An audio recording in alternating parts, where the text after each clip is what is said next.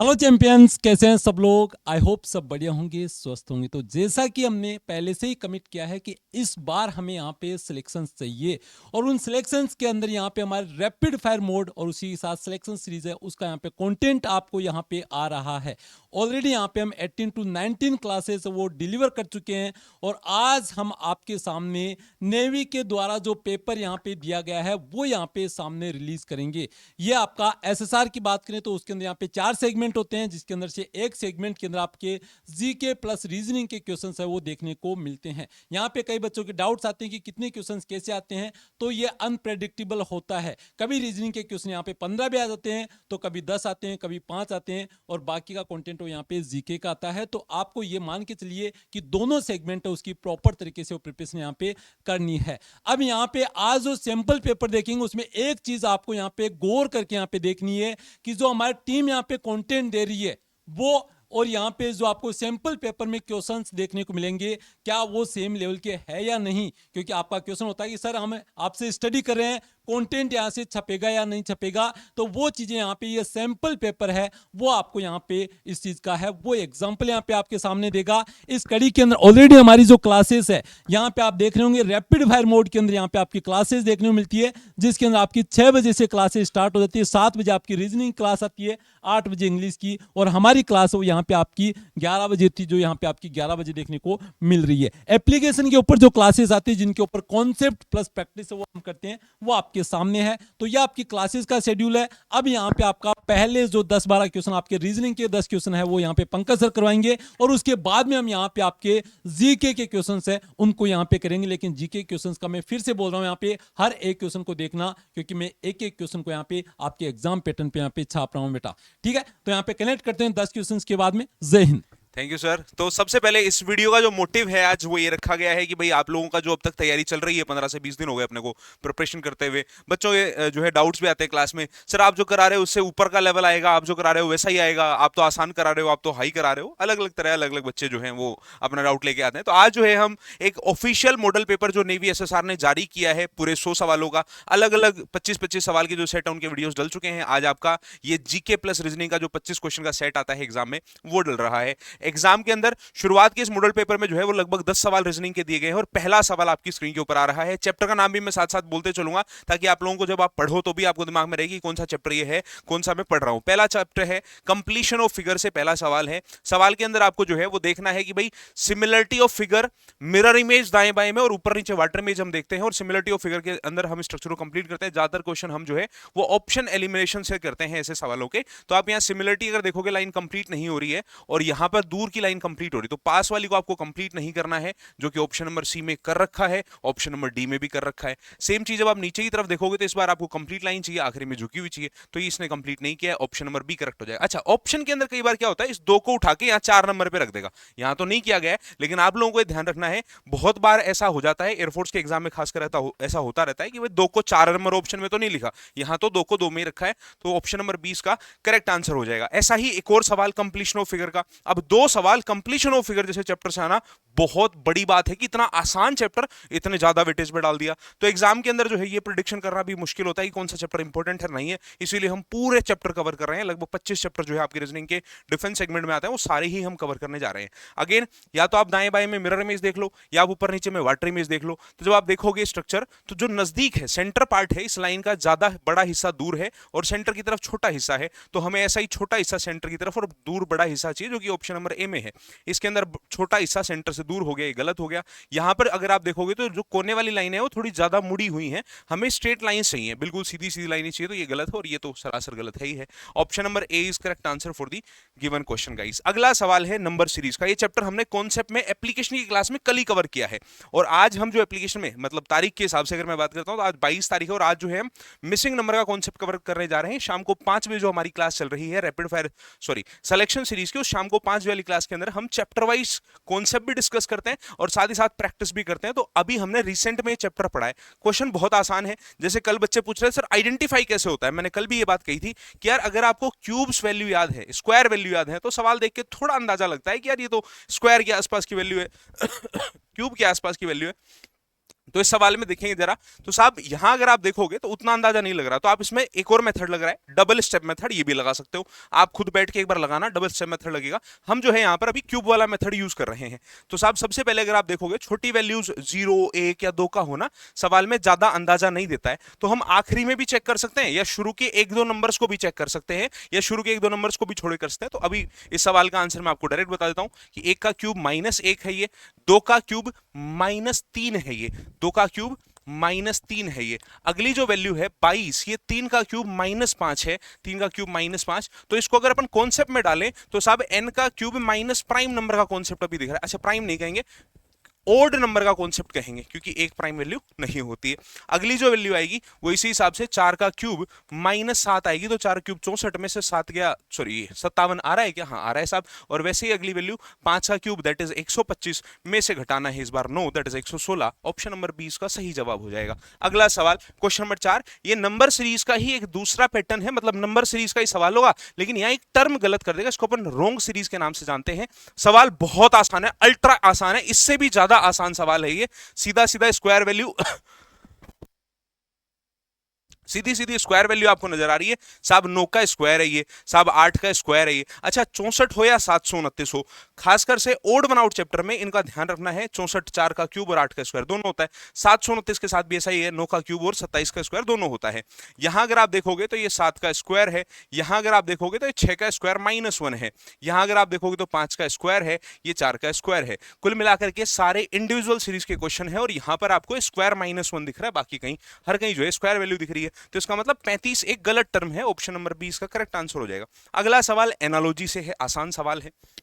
सवाल में है भाई जिस प्रकार से वॉश का संबंध सोप से है, इसी को लैंग्वेज में नहीं डाल करके ऐसे भी लिख देता है, स्वीप का संबंध किससे होगा अगर अगर वॉश का संबंध सोप से है। तो बस लिखने का फर्क है, लैंग्वेज में डाल दिया तो लैंग्वेज वाला सवाल हो गया, और रेशियो में लिख देगा तो ऐसा हो जाएगा। तो कुल मिलाकर के सोप से हम किसी भी चीज को धोते हैं, तो किससे हम भारते हैं, भारी भारना भाई, तो किससे भारते हैं? ब्रूम से, झाड़ू से भारते हैं, जो है वो चीजों को हम बहारते हैं। तो ऑप्शन नंबर ए इसका करेक्ट आंसर हो जाएगा। अगला सवाल, ये सवाल ना तो रीजनिंग का है, ना मैथ का है, ना ये जो है जीके का है, ये इंग्लिश का सवाल एक डाल दिया इस मॉडल पेपर में, तो हमने इसको हटाया नहीं है, एज इट इज जैसा मॉडल पेपर था वैसा का वैसा रख दिया है। थोड़ा केडी सर की हेल्प लेके और अपने शातिर दिमाग का प्रयोग करके मैंने इसका आंसर आइडेंटिफाई किया है कि जो है रीजनिंग भी लगाई वैसे मैंने इसको सोल्व करते हुए कि डबल बी नहीं आ सकता, डबल एस नहीं आ सकता, बट लॉजिकली ये इंग्लिश का सवाल है और यहां पर करेक्ट स्पेलिंग पूछी है। इसका आंसर एडमिसिबल का ऑप्शन नंबर ए होगा। बाकी इसके अंदर double S, okay double D आ गया, यहाँ पे ये गलती थी, और यहाँ जो है बी आई की यहाँ आई नहीं आएगा अगेन, एंड इसमें भी कुछ गलती है, डबल एस नहीं आ रहा। तो ऑप्शन नंबर ए करेक्ट है, बाकी इंग्लिश का सवाल था। अगले सवाल पर आइए, क्वेश्चन नंबर 7। अगला सवाल है ब्लड रिलेशन का, ये भी इंपॉर्टेंट चैप्टर है और ये भी अभी 2 ही दिन पहले मैंने आपको पढ़ाया है। आसान सवाल है, एक बार लैंग्वेज पढ़ेंगे। एक पुरुष की और एक महिला एक कमरे में बैठे हुए, भाई एक पुरुष है और एक महिला है एक कमरे में बैठे हुए। पुरुष की सास, ठीक है ड्रॉ करते हैं, पुरुष की सास का मतलब है पुरुष की पत्नी की माता, राइट। तो पुरुष की सास, ओके, पुरुष की सास और महिला की सास क्रमशः मां और बेटी है, मां और बेटी हैं। तो मतलब जो दूसरी वाली लड़की है वो, उसकी जो सास है वो पुरुष की पत्नी है। थोड़ा लैंग्वेज को दोबारा बोल रहा हूं, थोड़ा समझने की कोशिश करिएगा कि पुरुष की जो सास है, पुरुष की पत्नी की जो माता है, पुरुष की जो सास है, और ये जो औरत है इसकी जो सास है, ये जो औरत है इसकी जो सास है, मतलब ये औरत और ये औरत दोनों माँ बेटी हैं। इसको आप थोड़ा ऐसे समझो कि आपके पिताजी हैं, या आपसे ही समझ लेते हैं कि ये आप हो, ये आपकी पत्नी है। उसके हिसाब से जो औरत दूसरी बैठी है उसके साथ आपका संबंध पूछा है, तो उस औरत का आप जो है वो ससुर लगेंगे, राइट। यही पूछा है कि बताइए महिला का क्या संबंध होगा आदमी से, महिला जो है, महिला का आदमी से संबंध पूछा है, how is man related to the woman, ससुर आंसर हो जाएगा। That is option number B, father in law इसका सवाल का जो है करेक्ट आंसर होगा। उम्मीद करता हूं समझ आया होगा। क्वेश्चन नंबर 8 पर आइए, 8 नंबर सवाल बोला है what is the ratio of 12 minute to 1 hour. अब ये सवाल क्लॉक के जैसा दिख रहा है पर ये सवाल रेशियो का है। रेशियो का सवाल है कि भाई 12 मिनट और 1 घंटे का रेशियो बता दीजिए। 1 घंटे मतलब कि 60 मिनट, तो मतलब कुल मिलाकर के आपको 12/60 करना है। सवाल बहुत आसान है, 1/5 आंसर आ जाएगा। 1/5 जो है इस सवाल का आंसर आ जाएगा। क्वेश्चन नंबर 9, मंद का संबंध तेज से है। अगेन एनालॉजी का फिर से सवाल आ गया। अब सोचो एक ही चैप्टर का एक ही पैटर्न के 2 सवाल आ गए। एनालॉजी में 4 प्रकार के सवाल बनते हैं, उसमें से वर्ड एनालॉजी के 2 क्वेश्चन आपको मिल गए हैं। सवाल में कह रहा है मंद का संबंध तेज से है, भाई अपोजिट है, एंटोनियम है। वैसे ही पूछा है जीत का संबंध किससे होगा, एंटोनियम ढूंढना है, लूज आंसर आ जाएगा। ऑप्शन नंबर 20 का करेक्ट आंसर हो जाएगा। और ये अपना आखिरी सवाल, ओहो कोडिंग डिकोडिंग, ये भी रिसेंट पढ़ा है, अभी सारे नए नए फ्रेश चैप्टर पढ़े हैं। सवाल के अंदर अगर आप देखोगे तो आउट का संबंध बताया 15210 से। तो जब भी अल्फाबेट टू नंबर कोडिंग होती है तो ज्यादातर केसेस के अंदर आगे जो है तुम्हें दिख रहा होगा ब्लैक स्क्रीन में, बीएस सर भी वेट कर रहे हैं कि 11 नंबर सवाल मेरा आएगा और मैं जल्दी से धूम मचाऊंगा। तो पूरा वीडियो ध्यान से देखना है। ओ की अगर बात करता हूं तो ओ 15 पर आता है, यू की अगर बात करता हूं तो यू 21 पर आता है, और टी की अगर बात करता हूं तो टी 20 पर आता है। ऐसे ही आई 9 पर आता है और एन आता है 14 पर। तो साहब ऑप्शन नंबर डी इसका सही जवाब हो जाएगा। अभी जो है कंप्लीट वीडियो देखना है, आगे पूरे जीके के सवाल 11 से लेकर 25 तक के जीके के सवाल होने वाले हैं। तो ये सारे सवाल देखने और एनालिसिस करना है कि आप जो क्लासेस में पढ़ रहे हैं उसका लेवल क्या है, आप जो क्लासेस में पढ़ रहे हैं वो कितना ज्यादा इंपैक्टफुल और इफेक्टफुल है। अगर मैं इस पेपर लेवल की बात करूं तो क्लास यहां है और ये लेवल यहां है, हम बहुत अच्छे से चल रहे हैं। ठीक है, थैंक यू।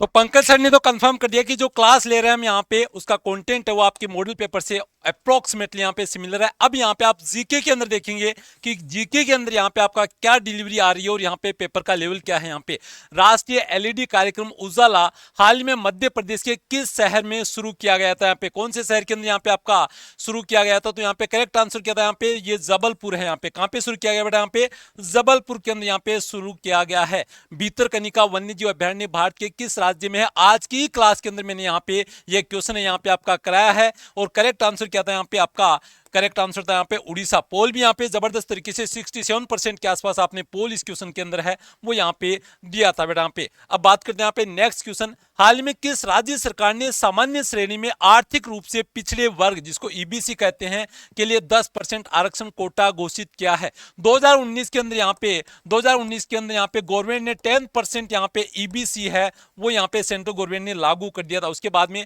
बहुत सारी राज्य सरकारों ने भी यहाँ पे ये लागू किया, जिसमें जो ऑप्शन दिए गए उनमें से सिर्फ यहाँ पे गुजरात है, बाकी यहाँ पे मल्टीपल स्टेट्स है जो यहाँ पे आपके ऑप्शन में यहाँ पे नहीं दिए हुए हैं। अब बात करें यहाँ पे आपका नेक्स्ट क्वेश्चन, यहाँ पे भारत और पीपल्स रिपब्लिक ऑफ चीन के बीच प्रभावी सीमा है। मैं यहाँ पे कम से कम 4 से 5 बार ये क्वेश्चन करवा चुका हूं, याद रखना यहाँ पे। तो भारत और यहाँ पे पीपल्स रिपब्लिक ऑफ चाइना के बीच में जो आपका लद्दाख वाला सेगमेंट है उसको हम LAC line of actual control कहते हैं। LOC यहाँ पे पाकिस्तान के साथ में जम्मू कश्मीर वाला सेगमेंट है वो यहाँ पे कहलाता है, और उसी के साथ में यहाँ पे जो आपका चाइना है उसके साथ में अरुणाचल वाला सेगमेंट है उसको हम मैकमोन लाइन कहते हैं, और यहाँ पे जो आपका अफगानिस्तान के साथ में जो बॉर्डर बाहर टच करता है पीओके वाला सेगमेंट उसको हम डुरंडो लाइन यहाँ पे कहते हैं। कम से कम 4 से 5 बार ये क्वेश्चन मैं करवा चुका हूं।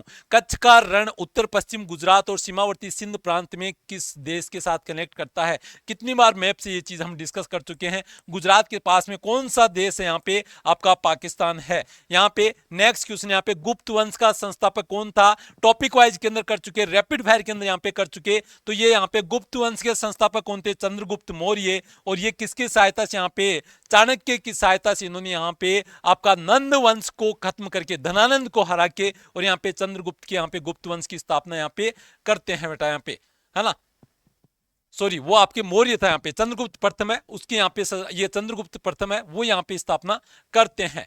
देखिए यहाँ पे पाषाण युग के लोगों के पास पहला पालतू जानवर कौन था। यहाँ पे सबसे पहले यहाँ पे कौन सा, यहाँ पे कुत्ता है, उसके यहाँ पे इन्होंने है वो यहाँ पे आपकी खोज की, पालतू जानवर बनाया। और आपका ये भी क्वेश्चन बना है यहाँ पे कि कौन सा जानवर है जो आपका इंडस वैली सिविलाइजेशन के अंदर यहाँ पे नहीं जानते थे। तो घोड़े वगैरह को यहाँ पे नहीं जानते थे। और आपका वैदिक काल के अंदर सबसे ज्यादा जो पवित्र या सबसे यूजफुल जानवर कौन सा था, तो वो था यहाँ पे आपका गाय। इसके ऊपर भी हम यहाँ पे क्वेश्चन है वो करवा चुके हैं। यहाँ पे निम्नलिखित में से कौन सा परमवीर चक्र शौर्य पुरस्कार प्राप्त करने वाला प्रथम व्यक्ति था यहाँ पे, तो ये कौन थे, यहाँ पे मेजर सोमनाथ जी थे। ये कौन थे, मेजर सोमनाथ जी थे। और यहाँ पे 1947 के अंदर यहाँ पे नवंबर के अंदर यहाँ पे जब पाकिस्तान फोर्सेज आपकी किसके पास में, श्रीनगर एयरपोर्ट के पास पहुंच गई थी, तो वहां पे डिफेंड करते हुए यहाँ पे वीरगति को शहीद होते हैं। और इनको पहले यहाँ पे भारतीय थे जिनको यहाँ पे परमवीर चक्कर दिया गया है, इससे रिलेटेड आपके क्वेश्चंस बन सकते हैं। अंडमान निकोबार के पास में अभी हमने यहाँ पे जो 21 द्वीप है अंडमान निकोबार के,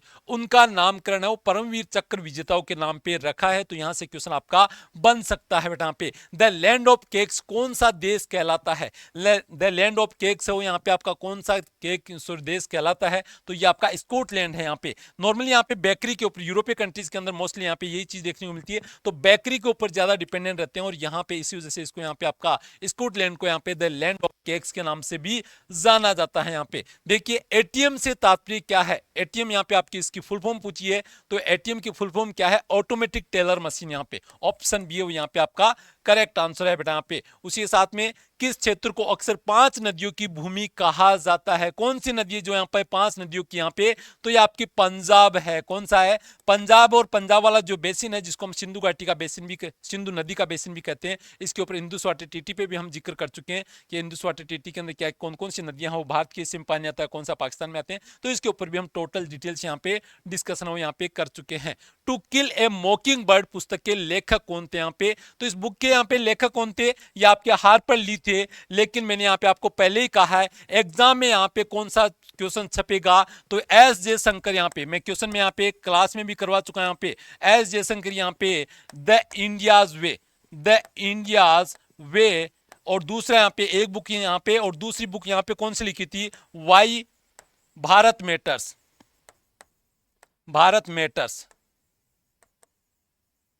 ये 2 बुक है वो यहाँ पे एस जयशंकर साहब ने लिखी है। आपके एग्जाम में अभी रिसेंट डिफेंस में पूछी भी गई है, ऑलरेडी मैं करवा चुका हूं, और यहाँ से क्वेश्चन निकलने के चांसेस आपके पूरे पूरे यहाँ पे है बेटा। यहाँ पे नेक्स्ट क्वेश्चन देखिए, अर्जेंटीना राजधानी। इस पैटर्न पे यहाँ पे आपने देखा होगा लास्ट में एक स्लाइड यहाँ पे आपकी रेगुलरली आ रही है रैपिड फायर के अंदर, क्योंकि एग्जाम ओरिएंटेड यहाँ पे कॉन्टेंट देने का वादा हमने किया था, और उसी पैटर्न के ऊपर यहाँ पे आपकी स्लाइड आ रही है। तो अर्जेंटीना राजधानी यहाँ पे कौन सी है? यहाँ पे ब्यूनोस एयर्स है। यहाँ पे क्यों ना यहाँ पे ब्यूनोस एयर्स यहाँ पे इसकी राजधानी है। और नंदलाल बोस, मंजीत बावा और तेब मेहता है वो यहाँ पे किससे बिलोंग करते हैं? कौन से सेगमेंट से यहाँ पे बिलोंग करते हैं? तो ये चित्रकारी से बिलोंग करते हैं। ये किससे बेटा? चित्रकारी से यहाँ पे बिलोंग करते हैं। और ये आपका क्वेश्चन है निम्नलिखित में से कौन सा मार्शल नृत्य है? आज ही यहाँ पे हमने ये क्वेश्चन यहाँ पे किया है रैपिड फायर के अंदर। यहाँ पे मयूरभंज का छऊ, यहाँ पे छऊ नृत्य यहाँ पे आपका, ये आपका मार्शल नृत्य है। तो छऊ नृत्य के ऊपर हमने यहाँ पे कौन कौन से राज्यों के अंदर है इसके ऊपर ऑलरेडी यहाँ पे डिस्कशन यहाँ पे किया था। ये 25 क्वेश्चन यहाँ पे आपके कंप्लीट होते हैं।